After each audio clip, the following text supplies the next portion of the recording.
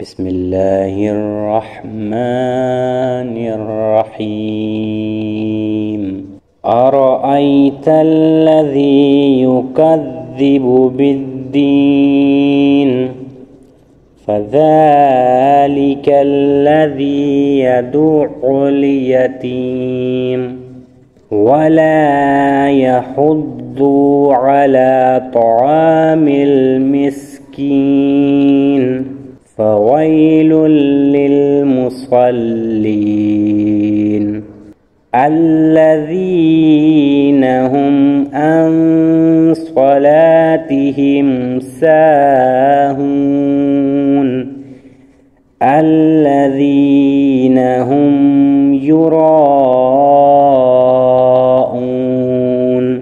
ويمنعون